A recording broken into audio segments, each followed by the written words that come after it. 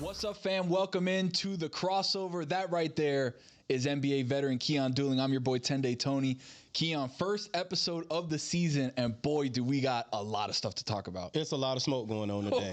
It's a lot of smoke, man. I woke up to some, a lot of text messages, a lot of calls from my former teammates. But, man, I'm excited to get into it, man. I missed the crossover. Right? I'm so happy and thankful, man, you're a part of this now. Appreciate you, man. Let's go. Let's pinky in the brain and shit. Let's try and take over the world with it. Let's go. So, if you haven't heard, this is the biggest news in the NBA in quite a while, right? Yeah. I don't think there's – obviously we had throughout the summer Pablo Torre, who came out with the situation with the Clippers, with Steve Ballmer paying Kawhi Leonard under the table with a phony company that went under. And, we thought that was going to be the biggest deal in the NBA season thus far. And we had incredible games opening night. We had incredible games last night. And now all of a sudden we wake up this morning and none of that stuff really matters because we had even bigger news between Terry Rozier, who we knew was in some trouble with the feds because they had been investigating for a couple years. But we got a bombshell report earlier today, and we'll play a video in a second. Bombshell report about Chauncey Billups, about Damon Jones, indictments, charges, arrests, everything happening. Let's go to Shams Charania, who's the NBA lead, and see what actually happened between Chauncey Billups to know and what Terry has Rozier. happened this morning. Greeny, Portland Trailblazers head coach Chauncey Billups and Miami Heat guard Terry Rozier have both been arrested this morning. Billups at around 6 a.m. in Portland, Oregon, and Rozier around 6 a.m., I'm told, in Orlando, where the Heat were playing last night. Rozier's been arrested for his involvement in alleged sports gambling, prop bets, and Billups, ABC News is reporting, is tied to an illegal poker operation tied to the Mafia. And so the FBI has been investigating this situation for several months, and in Rozier's case, at least 2 years. And today is making arrests. There is a press conference that is set by the FBI. The Eastern District of New York has been leading this investigation. I'm told FBI Director Kash Patel has also been increasingly involved in recent weeks. He will be leading the press conference today as well. But this is really seismic news in the NBA for a sitting NBA head coach in Chauncey Billups to be arrested, taken into custody for alleged illegal gambling, as well as Terry Rozier for sports betting, allegedly. 2 arrests made this morning. There are expected to be numerous arrests also tied to both of these situations. So the NBA wakes up this morning in the midst of going on at the same time that are not really connected except for one part where they are connected, which is Damon Jones, who's also not mentioned in this piece, but mentioned in Kash Patel's conversations, his press conference. He's kind of the link between the two. Let's start with the Terry Rozier situation on the game fixing, on prop bets. It's kind of the same situation that happened with Jonte Porter, right? And now we know Jonte Porter was mixed up in this too because the Mafia was threatening him on his situation. So, when you look at the rhetoric and you look at the conversations that's been happening with Terry Rozier, what did you think about the whole game fixing prop bet situation? Yeah, I mean, look, anytime you messing with the integrity of the game, that's no bueno. That's no good. Man, it's a really unfortunate situation, but it's a catch-22 a little bit, man. There's so much money in gambling, right? Legal or illegal. It's a fixture that's been going on, that outlives us, that was predated way before us. It's a very unfortunate situation. Terry has, really turned himself into a really great player, has had a very successful career. Made $130 million, Made $130 million, right? But a lot of times, it's this invincibility. A lot of time it's not truly understanding and knowing the law. And I know you know. This ain't the pot calling the kettle black. I've been, through my fair share of adversity in life. But I know the feeling that they're feeling right now. I know they got to be feeling isolated, lonely. I feel like they're going to feel that they let people down, their teams, their organizations, their cities, their families. And then you think about your future because you don't know how much time, could potentially come along with that. So I'm not going to take this time to bash them. You know what I mean? My heart really goes out to them. I truly understand what they're feeling after going through my situation. But at the same time, man, when you talk about the integrity of the game, and gambling has brought such a different dynamic, It's going to be really up to the Players Association and the NBA and the NFL and the PA and all those different organizations to come together to make sure that things like this don't happen, because you don't want to compromise the integrity of the game. Right, because then if that's the case, then you don't have a league. Then it's wrestling. Yeah, and everybody's watching, like, what am I watching? What am I paying for? Just to give you some more insight on the Terry Rozier situation, the FBI says that the NBA player Terry Rozier told the defendants that he was going to leave a game early on March 23rd, 2023 with an injury. So obviously saying that he was going to have an injury before the game even happened. The defendants placed more than $200,000 of wagers on the unders for his prop bets, with Rozier leaving the game after 9 minutes. Those bets paid out tens of thousands of dollars in profits, and the defendants and Rozier counted the money at his house. Got to be more careful. Yeah. And you're talking about Terry Rozier, who at that point has made $80-90 million already. Yeah. And we're talking about $200,000, Katie. Yeah. Like, you know, you know, a lot of times, man, you know, with people in this situation, it's not about the money. Sometimes it's about the rush. Sometimes it's about, like, trying to help others, you know what I mean, without having to come out of your own pocket. But let me tell you something, man. When them FBI, when those alphabet boys come, and they come early, by the way. They show up early at the crib. Oh, trust me, I know. When they come, you know, they're not just coming off speculation. You know, they've done their research, their due diligence. Most likely, they've had somebody who's already cooperated and things of that sort. So they kind of, if they're going to bring those charges against you, a lot of times, you know what I mean, like, you know, you're done for. And that was one piece of the puzzle. Damn. That's just one piece, right? Like, this was over 30 different people that were set up. This was a sting operation. This was just reading the illegal gambling and sports betting operation that spanned across 11 states. 30 individuals have been arrested, 13 mafia members. We didn't even think that was still a thing, right? Yeah. We thought Michael Corleone took care of it. I thought when he got rid of the 5 families, I thought all the family business was settled. Right? No, it wasn't settled. They still had Jonte Porter in the scope, but the charges include illegal gambling, wire fraud, extortion, and that's before we even get to the bigger names, I feel like, because yes, Terry Rozier is a big name, but if you talk to NBA casuals or people that don't really follow the league yet like that, you hear Terry Rozier and you're like, okay, like, yeah, he played somewhere and I've heard the name. But when you hear the next name that they said and you were like, oh, wow, like, this is a big deal. It was a situation with Chauncey Billups. Yeah. And before we had known kind of what the Terry Rozier situation was, we knew it was prop bets and sports gambling. And then when we heard Chauncey's name, we didn't really know at the beginning. Was it tied to betting on games? Right, Was it tied to, you know, some sort of sports gambling aspect? And then we find out that he was at the center, him and Damon Jones, both guys who you know and you've had, you know, conversations with and relationship with, that they got tied up into an illegal gambling operation with cards. Yeah. And when you hear that and you hear the fact that people were coming in to play with these games because Chauncey was there, and then you figure out everything that happened, which is the games were rigged, the decks were rigged, the tables were rigged. Everybody was in on it except the people getting brought up. You hear that and you're like, damn, that feels a lot heavier. For whatever reason, I'm doing this kind of mental connection. That feels heavier to me than what Terry did. Yeah. Is that crazy to say? No, I mean, when you put it with that context, right? It's like a little heavier. I'm luring people in, knowing that. Yeah. We got this. It's a little heavier in a sense, but like when you talk about the integrity of the game, that's where the weight on that side. Yeah, it's different, right? Because, like, you know, you got a responsibility to the fans, the business, and to the competition part of it. So to me, that's weighted a little bit heavier.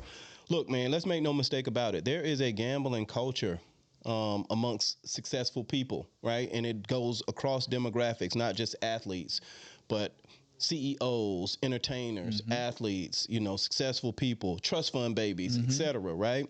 And it's kind of like a catch-22. It's kind of like something that, like, you know, you see but you don't talk about.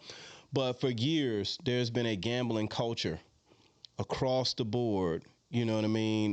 Whether it's on planes, whether it's in hotel rooms, whether it spills over into someone's house, right? And when you have these kind of games and these kind of, you know, events, You know what I mean? There's people from the outside who you come in. A lot of times you don't know their character. You don't know their business. You just know that they have their money to kind of buy themselves in. Right, they got the cash right there. They got the cash right there. And so before you know it, you're, involved with some folks who, you know what I mean, who could be some potentially Gambino crime family hosts. Yeah, and man, it's really unfortunate, man. Chauncey has meant so much to so many of us. We have the utmost respect for him.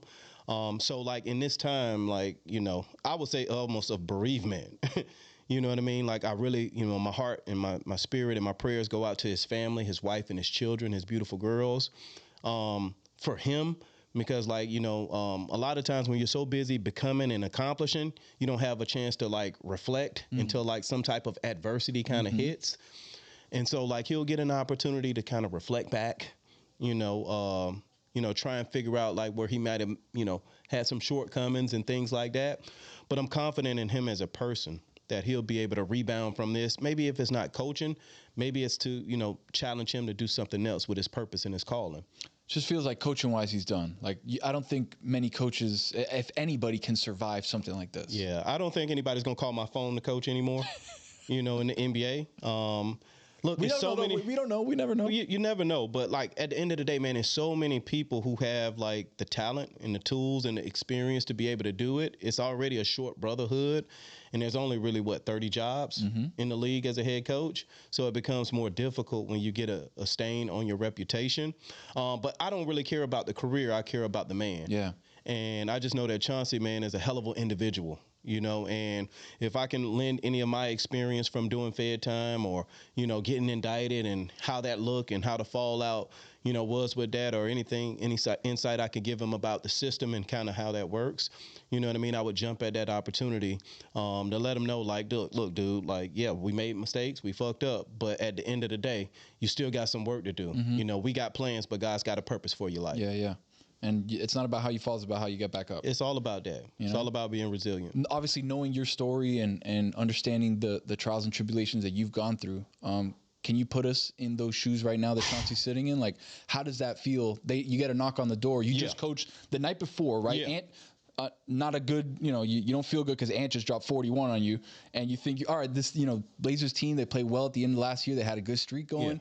Yeah. And you're trying to build on it this year. Yeah, got Dame back. And then all of a sudden... Yeah. And it's probably not that nice. No, it's probably not. You're probably going to get a cell phone call first. They'll probably call your number from a block phone first. And you probably get like 10 calls and like, who is this calling me at 4 or 5 in the morning? And when you look out the window, you see it's the alphabet boys. Look, and they don't just bring a couple guys, right? No. And they're going to be there. They're going to be strapped up. You know what I mean? They're going to have a team and they're going to do their job. And it's no joke. They're going to put you in those cuffs and they're going to take you to a warehouse, and they're going to question you. And in those moments is where you have to, where the rubber meets the road, where you kind of have to figure out, like, how you want to navigate this thing. Because, of course, they'll give you an opportunity to talk first. Right? But, like, with them coming to get Chauncey, he doesn't have to say anything. You shouldn't say anything anyway, but somebody has already communicated against him. And so, like, like your whole life runs... like right before your face, and you have to figure it out, and then you have to deal with the fallout of the organization. You have to explain that to your wife and your children. You have to figure out, like, okay, what is my career trajectory going to look like? And then finally, what you got to look at is like, how much time am I facing? Right, because they haven't set a time. Like, they haven't said, oh, this is going to be 10 years, 15 years, 20. Like, we don't know what the time is. Yeah. But obviously, when you're talking about something that is basically heavy. a RICO charge, you're with the mafia, you're with the heads of the 5 families inside of this indictment. This is not something light. It's heavy, bro. It's heavy. And Chauncey's been such a blessing to so many of us.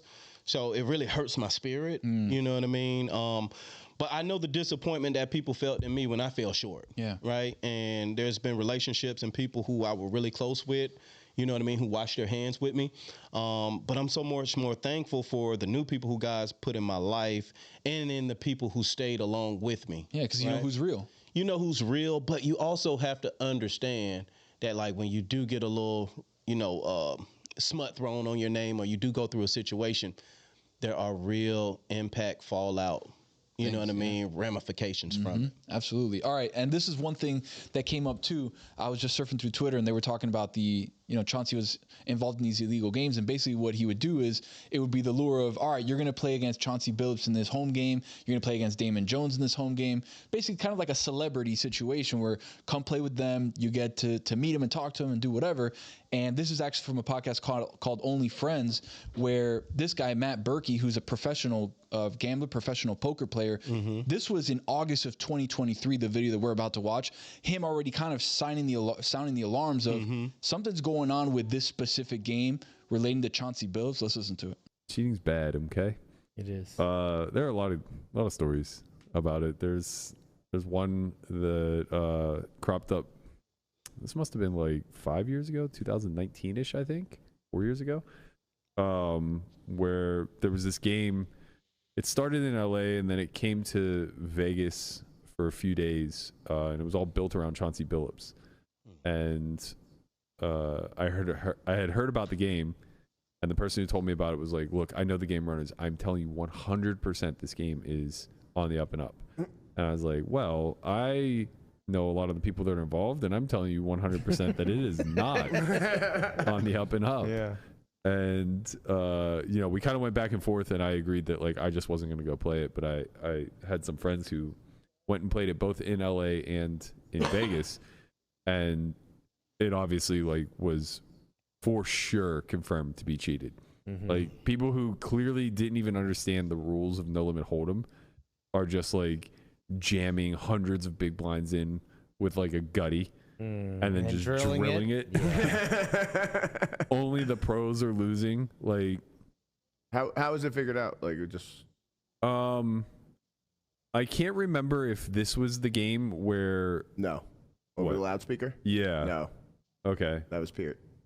Oh, okay. Well, it's still, I mean, it's not like Chauncey and Pierce don't know each other. So you said already the culture, like you said, of playing cards, the culture of a lot of these guys are competitionaholics from the highest levels of playing basketball, right? Because you don't get to that spot unless you're incredibly blessed, you're an incredibly gifted athlete, but you're also competitive as hell. Because how many guys that were nice with it, but didn't have that competitive edge, didn't have what took them to be the 1% of the 1% of the 1%. Now you put all those guys together, and they basically eat, train, sleep on the flights together. They're with each other 24/7.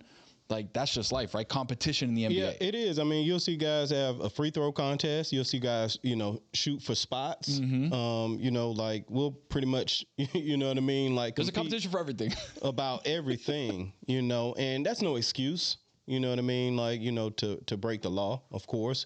But just kind of hearing some of these stories, man, it kind of breaks my heart. Yeah. To a certain degree, because like I don't know if our guys were gullible, right, and they didn't really know what was going on. I just from my interactions with Chauncey, you know what I mean? Like it just doesn't feel to me Doesn't that he feel would like be him? a guy that'll rig a game, right? Now he might want to go get some reps in. He might want to play some cards or whatever, but I just don't feel like Chauncey would like spearhead something like that.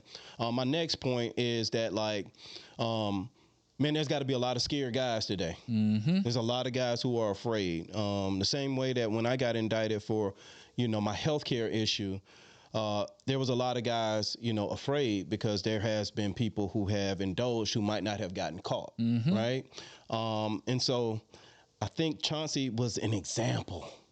You thought they put the book on him, like, all right, Absolutely. we're gonna make this thing happen. You have to, just from my experience with, the FBI, I just think that they'll make an example out of somebody who could, deter or get people to not want to like try this them, again, right? Right, and so they don't want to go for the low hanging fruit. They want to go with somebody who With a big name, right? And we has were that talking clout. about on the Levitar show today was like, is Chauncey going to be the biggest name that we see? Because there were still names that they hadn't mentioned of people that were in the indictment, and it's like, man, you're going to be hard pressed to get a bigger name than. he's a Hall of Famer. Hall of man. Famer, Yeah. NBA champion, Finals MVP, Finals MVP, lottery pick, head coach, sitting head coach right now. That's right. Of a team that could be interesting. They've got some building blocks, and like Blazers could have been interesting down the road. Yeah. They had the setup for it, but it's hard. You're going to be hard pressed to find a guy who's that big in what it is that's happening. Yeah, it's definitely going to be more difficult. But I don't want to have like a like a Johnson measuring competition about like whose reputation is who. I don't want to see any of our guys go down. For sure. You know, especially those guys who have the ability to hire people and impact change and, you know what I mean, push the ball and forward. Make a difference, yeah. Yeah, Chauncey's really one of those guys. And so, like, look, right, wrong, up, down, left, right. It doesn't matter to me. You know what I mean? All I can judge a person by is my interactions with them. And Lord knows I fell short of the glory. Yeah. Several times. We all do. Yep. So, you know what I mean? I'm thinking about his family this morning. I'm praying for his family this morning. And I just hope the best, you know what I mean, for all of them and for the game of basketball. Yeah, absolutely. All right. Segment 2 coming up. Let's get into some basketball, man. Let's talk some hoops. Let's talk some hoops. That's why we're here, baby. Let's go. Welcome to the breakdown now. We're going to talk about the biggest storylines from the NBA the last couple of nights. And I think the biggest place to start is the big boy. Is the alien. Oh. Victor Wembanyama. Yeah, the Nephilim, the Anunnaki. How many nicknames can he get before he's over and done with? The Spurs beat Dallas 125-92. Wemby had 40 points, 15 rebounds, 3 blocks, and kind of made that look easy. Yeah, he's gifted. He's special. The thing that you have to look at, like when somebody goes into their summer, is how they approach it, right? Obviously, they had the Olympics the summer before last, but this summer, like, you know, he was dealing with something in his body, so he took care of his health. He went and worked on his mind. You saw him out there with the monks. He wanted to get bigger and stronger, so you saw him in the weight room. He wanted to change his mentality, so he went and saw Ticket, KG. He wanted to work on his post work, so he went and saw Hakeem the Dream. That's it. When you see somebody in the offseason go work with Hakeem, you know, all right, hold up. We're working now. This guy's like Mystique from the X-Men, because he's like got all these different intangibles and he's just bringing them together. I've never seen somebody who's that tall, with that much motor, with that much skill, with that unique talent and work ethic and will and drive. And I'm telling you, man, he may have an MVP type season. Wow. I think he is that good. If he can stay healthy, see, the hardest part with guys of that size Staying healthy is durability.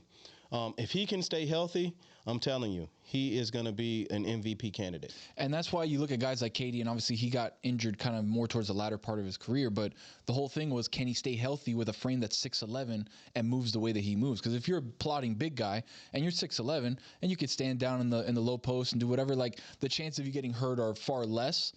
But if you're out on the wing, you're making moves, you're trying to step between guys, you're doing Euro steps in the paint, like that's an easy ankle you can snap here, a calf you can snap there, an Achilles, a knee, or whatever.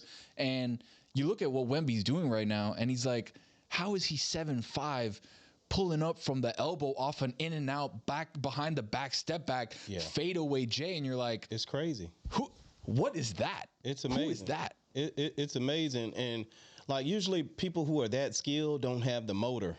Like something's missing in the equation. The guy has a motor, and he couldn't have gone to a more perfect organization. Like the Spurs, you know, Brian Wright and that crew over there, Pop in the front office now, like they have an infrastructure that develops that kind of talent. Yeah.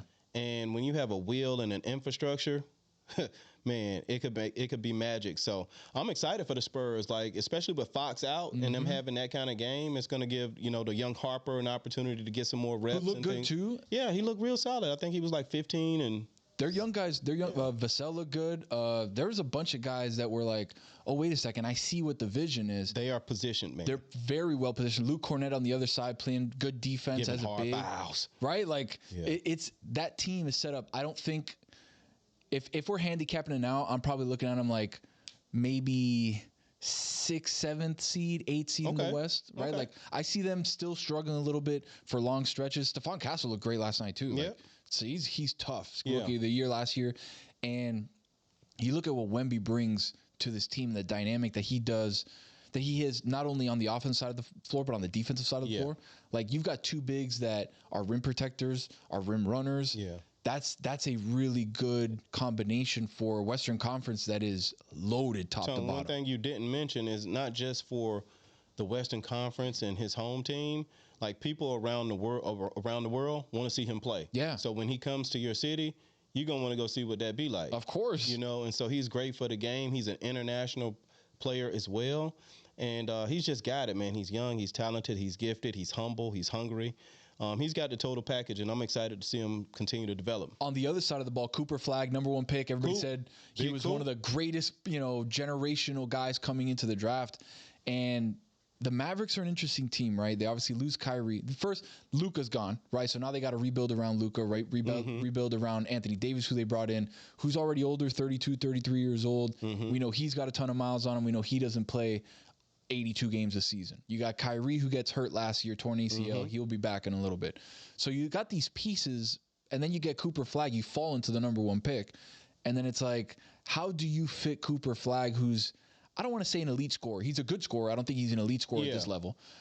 They're playing him at point guard now, and he's making good plays, but he still lacks a little bit of the offensive motor that you see guys that are #1 picks like instantly being playmakers on the offensive end of the ball. Well, I think it's a learning curve for him. I think it's a great opportunity for him to develop his like guard skills, to see the game from a different way, like being on the ball.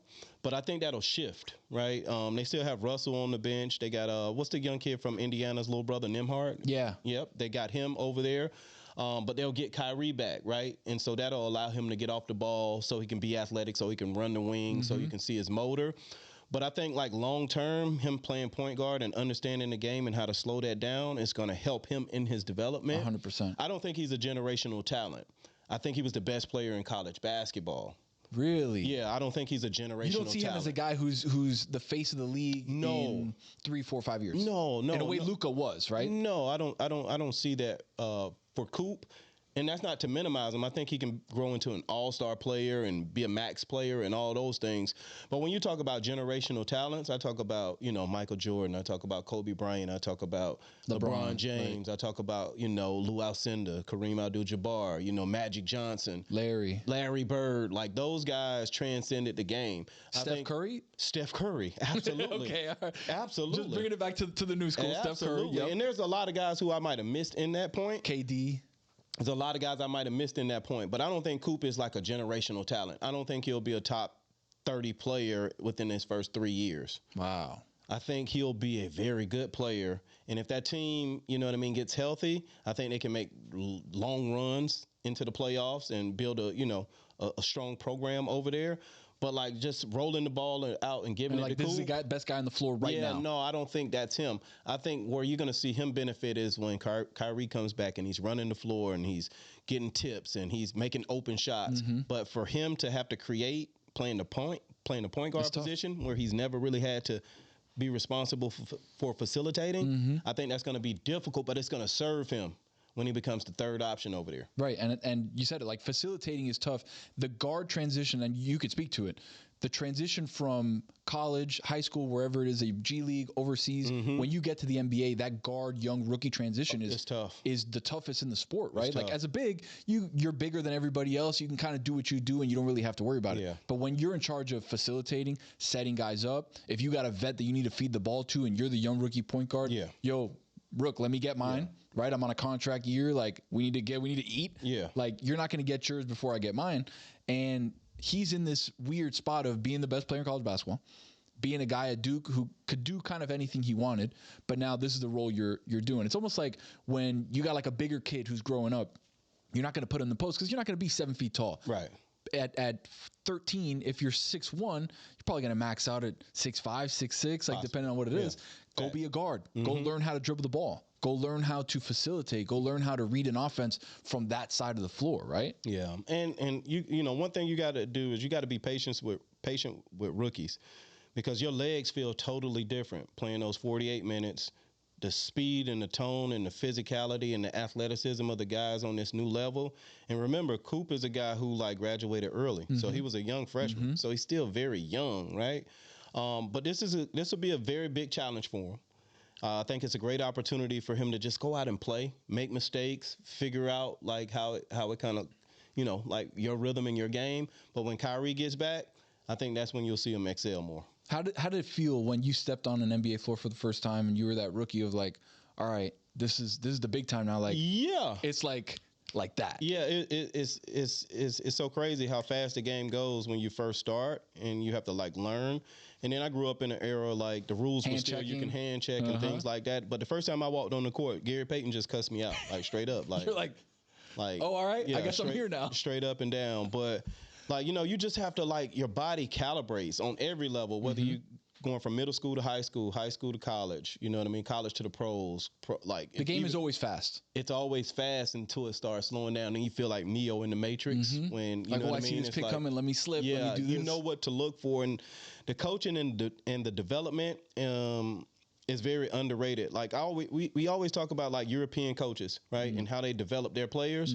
Like, make no mistake about it, the best basketball players in the world are in the United States of America. So they minimize our coaches and our talent, our infrastructure so much. But man, like, he's gonna get developed. He's playing for a Hall of Fame coach in Jason Kidd. They got great, you know, assistants over there as well. So Cooper's gonna be fine.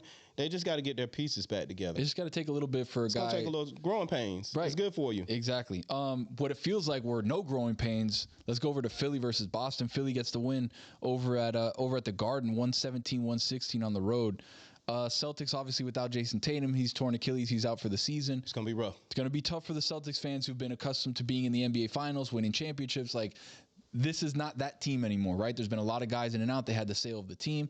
But what I want to focus on is, you talk about rookie growing pains. It feels like there was none for VJ Edgecombe. He just got in, was like, all right, quick 30 piece, right? Maxey had 40. I got 34. Like, the new kids are on the block.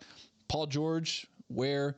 Joel Embiid, do we need him? Like, well, they do. They do. No, they do. But like, for at least last night, it was like, oh wow, these young guys are the future. No, it was dope to see.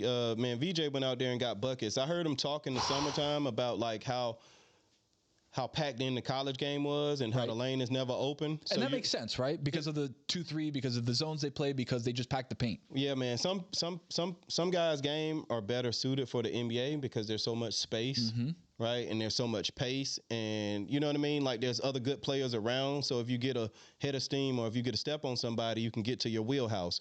So it's just good to see him. I know he scored a lot of points last night. He had 34 points.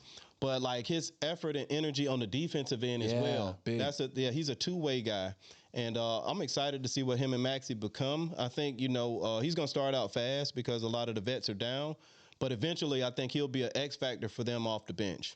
I mean, he's such a tier 1, 0.1% athlete. Oh, yeah, he's special. Like, even in the NBA, like, we're watching him now get thrown up an alley on, who was that? Somebody for the Celtics. I don't even. They're trying out anybody out there. I don't know who that was. You gotta duck your head after that one. But he caught it basically underneath the rim and then went backwards and slammed it on him. But at all three levels, mid-range, three-pointer, getting to the hoop, like, VJ just is doing it. Yeah, and it's kind of a breath of fresh air to see somebody that young come in. And yeah, they're not the Celtics of the last couple of years, but you know how. What was your first game? My first time I stepped on the NBA court, I faced Gary Payton. In Seattle? No, it was actually in LA. Okay. And it was a preseason game, but he was in mid-season form. And so I do remember, you know, having the butterflies and things like that, but being excited. I just didn't know that he was gonna come straight to it. Off he top. said, I'm in playoff mode already. He had that GP face on, all that. Matter of fact, I saw GP at the Hall of Fame, man, and I told him, I was like, GP, man, why you used to do us like that, man? I want to see what kind of horse you got. What you got on the inside? I want to see your hort. And what'd he say? That's what he said. That's it? He didn't give you any other explanations, just like, I want to test you? No. That was his thing, man. He tested young guards when they would come in because he wanted to make sure that the game was in the right hands. Yeah. And he wanted to imprint on us. But imagine, VJ Edgecombe walks into the Gardens like, yeah, I'm here. Like, we good. Yeah, he did his thing. I mean, it's a little bit easier when you don't have to guard Tatum out there. Yeah. You know, and you don't have Big Al Horford setting screens or Cornette setting screens for you anymore. So I think this is a rebuild year for Boston. I still think they'll be competitive just because of their style of play. And the East being just not like it was the last couple of years, right? Yeah. And Maxey, we talked about VJ Edgecombe. Maxey went for 40. It feels like Maxey right now, if we were to look across the league, is Maxey a top 12 guard in the NBA right now? I think you can put him in the top 12. I believe he was an All-Star last year, right? He was in that conversation. He is, and he's a guy that's not too big, right? But he's a dog on both sides. Yeah. He's a guy that again, 3 levels, can do everything, right? Yeah. He's a complete guard, can play off the ball too if they need him to. That's why it's going to be interesting too when Jared McCain comes back. Obviously, he's got the thumb, he's out, but they got 3 young guard and wing guys that can really make a difference between Maxey, Edgecombe, and McCain. Well, what I like about them is they all play different. You know, to me, McCain is more of a guy who can, you know, make open shots, you know what I mean, pass, play off the ball a little bit. Maxey is a guy who's like, you know, Do it all, yeah. Amazing in pick and roll. He can get to the cup. He's got the floater. He got the mid-range game. He can shoot from the downtown area. And then VJ is like extremely athletic. So I think that's a good, like, you know, young core of guards. But like a young core of guards only get you so far. Right. You know what I mean? Like if they're going to do something in the East, they're going to need Embiid. They're going to need, Paul George. You know, they're going to need those guys to be there, and they're going to need these young guys to be consistent and be X factors. It's interesting because we always thought the process was going to be Joel Embiid, and he was the one that was going to be leading the team. But now it's almost like Joel, we can't count on him to play 50 games, 40 games in a season. Like you have to kind of, I don't want to use the word maintenance, but you have to make sure that you're maintaining Joel's minutes, because when he's on the court, he's an MVP candidate because he's that good, he's that talented. Yeah. When he's not there, Philly just doesn't work. Yeah, man. The best ability is availability, in the game. But you look, Joel's put in work. You know what I mean? He loves the game. At the end of the day, man, we don't know how it feels to carry around 300, almost 400 pounds on a daily basis and to be able to run, jump, move with the agility that he does at that level. And so, like, you know, the Sixers have to be very delicate with that, you know what I mean? Because it's like a fine line between, you know, having them ready and available for the playoffs, but making the playoffs. But getting there, right? Or, you know what I mean, like getting rid of them while he still has some value, you know what I mean, to try and, you know, kind of rebuild and build around some of the new pieces. Everybody in the NBA knows what's going on. Everybody sees the writing on the wall, and it's like, even if you were to trade somebody like Joel Embiid, what do you really get back for him? Yeah. Right? Like you're getting 25 cents on the dollar for Joel. You're getting 33 cents on the dollar if you're lucky. Yeah. Right? Like nobody's going to be looking and be like, you know what? Yeah, I'm going to give you 5 first-round picks. Desmond Bane went for 5 first-round picks. Yeah. Like what are we talking about? You know what I mean? Like Joel's going to go for what? 8? Like Rudy Gobert went for 5. What is Joel going to go for? Yeah. But at this point, he's a shell of what he is. How many did Luka go for? Not enough. Exactly. So you just never know. Timing is everything. That's true. Yeah, timing is everything. And getting the GM who'll do a deal that he shouldn't do. Well, I mean, there's some brilliant GMs out there who get things done. That is true. Yeah, they make a way out of no way. Last little quick one here. Knicks take down the Cavs 119-111. Cavs start the season where the odds-on favorite to win the East. And it feels like they were the number 1 seed last year. They were good, but not a great team. And it feels like they're kind of very Donovan Mitchell-led. Obviously, they had a lot of injuries. A lot of guys not out there. But Knicks, new coach Mike Brown. Guys out too. Josh Hart didn't play. Mitchell Robinson didn't play.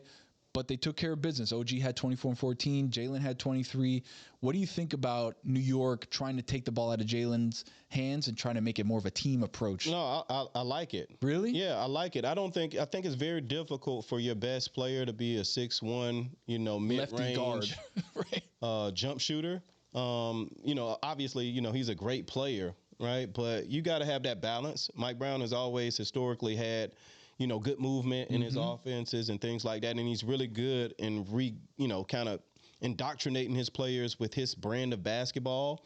But they made a critical pickup to me, Jordan Clarkson, man. Yeah. I'm telling you, JC off the bench. Mike's going to have points. He is going to have some games over there where the city of New York is really going to, you know, appreciate and love like his energy and his swag and kind of what he brings to a team. So I'm looking forward to seeing that. But yeah, the Knicks to me are I would say they're probably the favorites right now in the East. In the East. Wow. Just because Indiana, you know what I mean, without Hallie.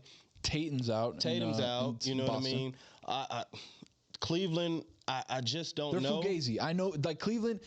They're only going to take him as far. They're only going to go as far as Donovan Mitchell, and Donovan Mitchell's great, by the way. Well, I love Evans got to make to me, Evans got to for sure. He was defensive player of the year last year, but you know, you got to be that guy when it counts. Yeah. And I know he was in and out with an ankle injury or whatever, but man, like you guys can win 60 games and then get blown out in the playoffs. What are we doing? Yeah. It doesn't matter. Yeah, and they need Garland at the end of the day. That's the other. Garland didn't play either. You need Garland. You need Hunter. You need all those guys. Max you need to be healthy. Yep. You need to be healthy. So they still have depth. I mean, it's early in the season, so like, a lot of times you're playing off adrenaline, the home court advantage, all that stuff. But I'm excited, man, for this basketball season, man. It's a lot of talent. We got so much stuff to talk about. Talent. Real quick Heat check. We'll do it once the show. Just kind of check in on the hometown team, Miami Heat. They lose 125-121 against the Orlando Magic. The Keyon Dooling Bowl. Yeah, Miami I know, right? Orlando. I know. Two of my favorite teams that I had a chance to play for. But to me, Toronto, the Raptors, and the Magic are going to be like my surprise picks out of the East. I think they're so kind of like dark horse. Like they watch out for them. Yeah, I think they're dark horses in a sense where more so, for Toronto being a dark horse, but like I think Orlando with some of the moves that they made this summer and some of the talent, and then Paolo is just continuing to grow. He's just getting better and better. Too. Wagner's a dog too. Wagner is cold. Yeah. So I just think they got a lot of young talent, and I think they're going to be a tough team with their size and defensive versatility for anybody in a 7-game series. I think that's the biggest thing is can they score, right? And I think the addition of Bane will get at least another spot-up shooter, another scorer. But when you look at Paolo, when you look at Franz Wagner. Wagner. There you go. We got it. And then and Desmond Bane too. Like that's a good 1, 2, 3 in the East that is already down. Yeah. Right. And to get to the Heat, it's like over under for the Heat this season is 37.5 wins. I'm going to go over just because Spoelstra is going to will them over. Right. He's going to scheme them over for 38 wins. But when you look at this team, top to bottom, is there somebody that you look at and you're like, okay, yeah, like this is the player, this is the guy, right? Like they've got a bunch of like C pieces around them with like a B in Tyler Hero and like a B plus in Bam. Yeah, I mean, I offensively, I think Hero is their best player because he can, shoot, dribble, and pass. You know what I mean? So he can get buckets and assists, and I think he's one of the few that can get you a bucket. Can he be your best player on a playoff team? You will not win a championship. You might not even make it to the playoffs if Tyler's your best offensive threat, in my opinion. That's no knock on him. No. It's just levels to all-stars because Tyler was an all-star last year. But it's levels to it. You know what I mean, as you progress throughout the season. But that's not to minimize them because, like, one thing that the Heat have that a lot of teams don't have is they have culture, they have buy-in, they have history, they have an infrastructure, they have coaching. They have the best coach in the league. They have all these different elements that make a team. And so the Detroit Pistons of old, individually those guys weren't kicking your ass. But, like, collectively, them Wallace boys down low and Rip coming off those screens and Tayshaun Prince locking people up and then Mr. Big Shot, you know what I mean, helming the point guard. So I think they can do it by committee, but I just don't think they have enough talent on their roster to, be a top 7 team. Best case, I think they're a play-in team. That's the thing. They've been a play-in team the last couple of years, but Jimmy's turned it on and has been able to carry the entire city of Miami on his back. He has that capacity. He has that capacity, right. Now he's no longer here. And now you're looking at Tyler Hero, and it's like, I know you don't have that. Yeah. I look at Bam, and I'm like, I know you ain't got it either because Bam's a great player for what he is. Which is he's a star in his role. A great defensive anchor, a average offensive player. And I don't think, again, that's not a knock on him. Like, that's just not his role. He's not a guy who's going to score 25 and 8. Like that's just not who he is. He's a guy who's going to score 18 to 19, grab you 8 to 9, 10 boards a game, and be a defensive anchor. The problem is that can't be your second best player. Yeah, I mean, they need scoring. I mean, obviously, Powell getting him, he's a proven 20-point-a-game guy. Powell's going to be nice for this team. Yeah, Powell can go out and he can put the ball in the basket. Davion Mitchell's a good point guard for them. He's tough, especially defensively. You don't want to, like, those are one of those guys, like, you don't want to bring the ball up on, right? But I just don't think they have enough firepower. And there's no knock on them, and they don't need the most talent to win, because it's just the Heat. But they don't have the talent, in my opinion, to compete in the East. It's tough, man. Yeah, it's gonna be a long road for it is for Heat fans, just because they always talk about that next window to get the next whale, right? And they're talking about now 2027. You can have all these free agents. You got Nikola Jokic. You got this. You got that. And it's like, how many years do Heat fans have to wait? Like, it's always been like, what's that next star? What's that next person you can get? After Shaq and Wade brought one home, right? It took them a while to get LeBron. Then they brought a couple home. Yep. So there was some growing pains, but just know that organization always has a plan. They're working in the background. And when they strike, man, they usually try and strike, goal. All right, we're going to go quick around the league. Some of the other games we didn't mention. Hornets, 136. Nets, 117. It feels like the Nets are just – there's nothing out there in Brooklyn. No. No. I saw who was scoring, and I was like, who is that? No. Yeah, and, shit, man, they didn't pay Cam Thomas this summer, so he just like, okay, well, maybe y'all don't want me to come out and get 25 a game. Right. Let me just work on other things to make myself more valuable. I know that's got to be discouraging for him. MPJ out there, too. Yeah. I feel like he's got other things on his plate at the moment. Well, it's a lot going on with him, but I think he's finding his voice and his rhythm. You know what I mean? Like, I'm all for guys kind of finding that niche. But I think the Hornets, man, are going to be like box office view. The way that LaMelo plays the game of basketball, his movements, his freedom, the fun, and the flashiness that he plays with, I think they'll be like, they kind of remind me of like a young Clippers team that I played on back in the early 2000s, where they got a lot of young talent. Yeah, some pieces are there that are intriguing. Yeah, they got a lot of talent, and they had some moments in the preseason. But like, if he becomes more efficient, like, he's one of the best point guards in the NBA. For sure. Like, if he becomes more efficient. It's a big if, though.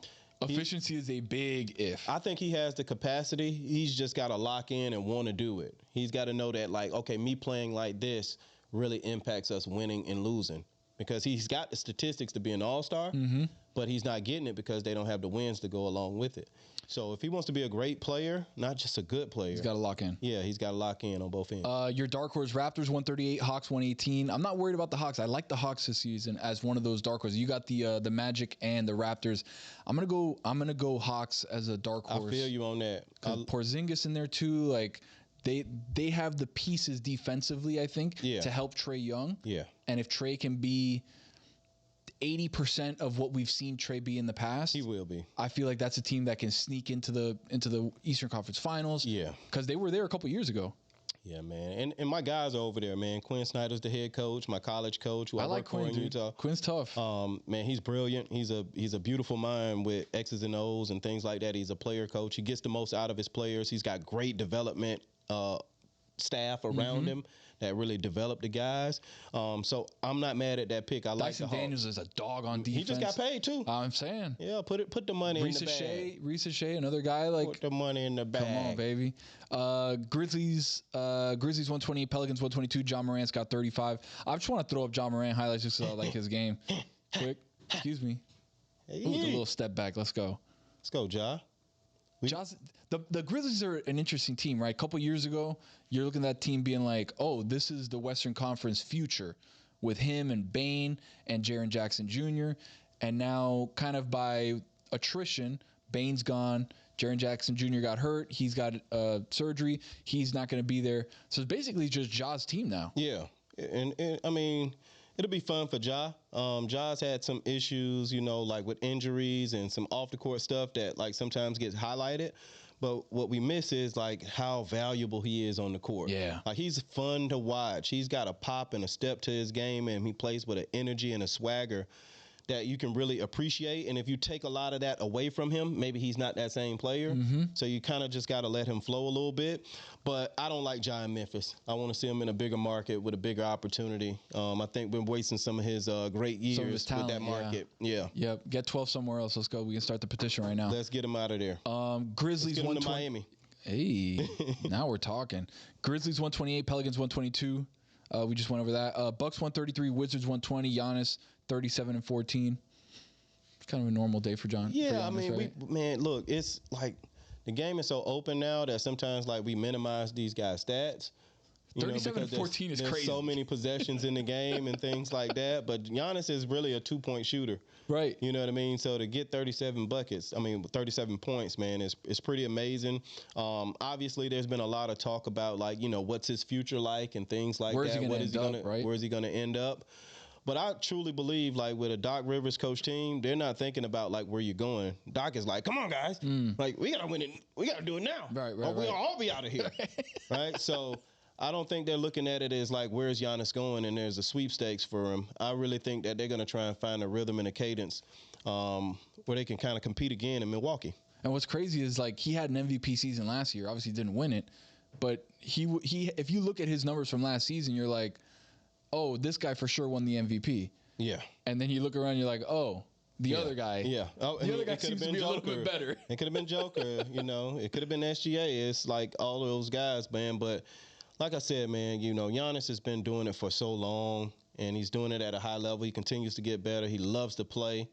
And, you know, the sky's the limit for him. No matter what he decides to do with his career, like, he doesn't owe the city of Milwaukee anything because he always leaves it on the court for them. And won the championship, right? Like that. He brought a chip home to him, and he's always left it on the court. That buys you a lot of equity with your city.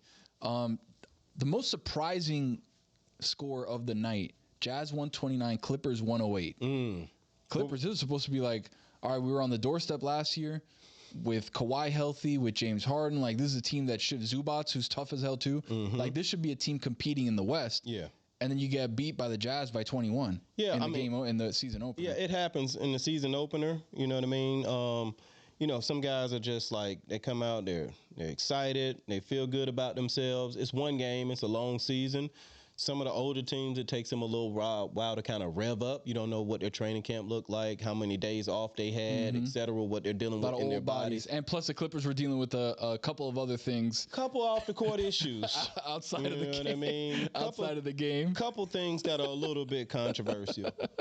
But nevertheless, like in that altitude, you know, in Utah, that first game, it's always difficult. It takes a little bit of an adjustment when you go into like Utah and Denver in particular with those altitudes. Trust me, they are a real thing. Yeah, no, you even just walking around in those cities, you feel it. You're like, whew. Yeah. Imagine playing a 48-minute high-level, high-capacity NBA game. I think it's a little bit. It starts multiplying. It does. You know, thank God I didn't never play like 48 minutes. You know what I mean? I was a role player, so I get my little 20 to 24, and I'm done. But you felt it though. I felt it. I want to go home tired afterwards. That's for sure. Suns 120, Kings 118. Booker drops 31. Two teams that are kind of just stuck in the mud, I feel like, especially now that KD's out of Phoenix, Devin Booker, and kind of just a bunch of put together pieces in Phoenix. And then it feels like the Kings are just left for dead. Yeah. Like there's nothing out there in Sacramento. Yeah. I mean there's a lot of land out there. It's very flat, especially for the beautiful state of California. Like Sacramento, like just should be annexed. Anyway, I digress. But no, I think those teams are going to struggle this year. Man, KD, they had the Light the Beam team. They were so fun, right? They were everybody's league pass team, watching the team at 10 o'clock at night. Yeah. And De'Aaron Fox and this. And it was just like, this team is fun. And then 3 years later, they're in one of the worst positions in the NBA where they're looking around. You got Sabonis, and you got Zach LaVine, and you got DeMar DeRozan, and like, and Russ. I don't like the Kings. I don't like the way they're positioned. I don't like the way Phoenix is positioned. Right. You know, personally, I think they're going to be. They're in a better position now because of getting under the aprons and all that stuff. Because they had to shed a lot of salary. Obviously, KD was making a ton of money too. The Beal situation, like, I feel like they're in a better spot right now than they would have been. Yeah. If they would have held on to everybody and like tried to make it work. See, I worry about like young guys like Book. You know what I mean? Because like he's a young guy to me. But he's in the prime of his career. Yeah, right. You know what I mean? Like he's in that mold right now where like your game, your money, you know what I mean, your recovery, like everything is like at its apex. And like when you're not competing for anything, man, like he's such a competitive player. He loves the game. He plays hard on both ends of the floor. You know what I mean? Like to see him in his prime having to go through that, I don't like it. Yeah, it sucks. Especially with a guy who feels like if he was on one of these like monster super teams would be the head guy, right? Like if he would have moved somewhere else and tried to chase a ring instead of like staying, you know, I'm a Phoenix guy, I'm going to stay with Phoenix. Yeah, you got to make your money, he would have been even bigger of a name, I feel like, than just being out in Phoenix. Yeah. Last game, Wolves 118, Blazers 114, and has 41. But I think that's kind of overshadowed by what happened with the next morning, obviously, with Chauncey and them. So, well, I don't want to overshadow it because, like, Ant-Man said something this summer. He said that, like, hey, when we play these teams who I feel like aren't, like, the elite teams, I'm going to try and go for a career high. right? And he said that earlier in the summer. And so, like, to come out in that first game against the Trailblazers as they kind of recover and things like that, nobody knew what would happen. Of course. You know what I mean? 12 the next hours morning, later, right. Yeah, you know. But Ant-Man came to play. He's got it, man. He's got something. He's got the it factor that, like, it's hard to put your finger on what it is that he has. I call it dog. Yeah. You know what I mean? And it's more than just dog because he's thoughtful. He's funny. He's charismatic. He plays on both ends of the floor. He's authentic to himself. Yeah. He's him. Yeah, he's him. So he's got something special that a lot of people don't have. And yeah, man, I'm looking forward to seeing him continue to develop. I'm a fan of the Wolves, man. I really like the Wolves. That's a team in the Western Conference. I look at them like, man, I like the pieces, right? Julius Randle was playing really well until he got to the playoffs, and then the wheels kind of fell off. I think they're going to miss Nickeil Alexander-Walker. Yeah. I think that's going to be a big miss for them. Yeah. Obviously, now he's with Atlanta. Yeah. Like, that's why another little piece for Atlanta that starts looking around and like, He's okay, nice. like, they've got some players in the East.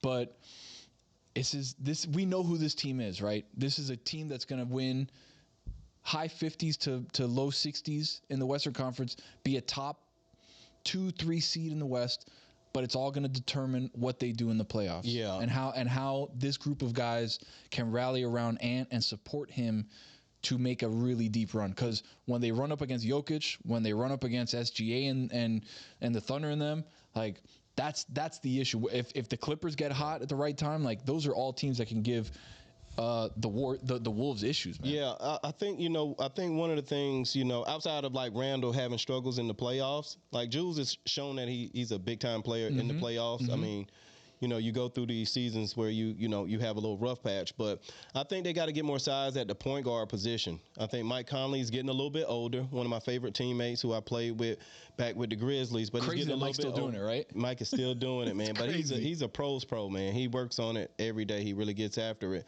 But I think they're gonna need some more size in the backcourt. Yeah. Because I just don't think Mike has the size and the legs anymore. Especially on the defensive end. On the defensive end, that's where you start showing the age, because you can always kind of hit a corner three. He's got that little floater game he can go to. Yeah. But when you're starting to defend some of these guys on the other side that are the Jaws, and even guys younger than that, right? Where you're looking at a Scoot Henderson, or you're looking at one of these guys that's just flying by people, you're like, damn, okay, I feel the age now in that defensive stance. They're going to have to either give Dillingham some playing time, let him rock out a little bit during the season so he can be an X factor. But DiVincenzo, I believe they're going to have to start kind of developing him into a point guard. Wow. You know what I mean? In my opinion, because I think he has the size and the speed to be able to do it. I just don't know if he has the playmaking ability to be a point guard. Absolutely. All right, so, man, we had a packed episode. We did. We got it in, though. We got it. We had the biggest breaking news that we've had in the NBA in a long time. Went through all the games. This is the crossover, though, so we're going to be doing a whole bunch of stuff like this. Every episode is going to be fun. It's going to be different. We're going to talk to people. Yeah, man. We're gonna your bring network, my network. We're going to start breaking down cool stuff, man. But this is a great first episode. Remember to rate, subscribe, review to the podcast. That's right. Check out on the YouTube, search the crossover wherever you can. Follow us on IG. Katie, anything you got to tell the people? No, man, I'm excited, bro. This is a fun episode. I'm excited too, man. And like, we want to hear from you in the comments. Yeah. Like, if there's something that you disagree that we said, if you want to talk some trash to us, that's cool with it. You know what I mean? I got time. Like, this season of life right now, I got time. So if you want to be petty, let's be petty together. Let's go. Check out the crossover wherever you get YouTube, Spotify, wherever you get your podcast. We'll be out there. To KD, to your boy 10-Day Tony. We'll talk to you guys Monday. Peace. We out. Peace.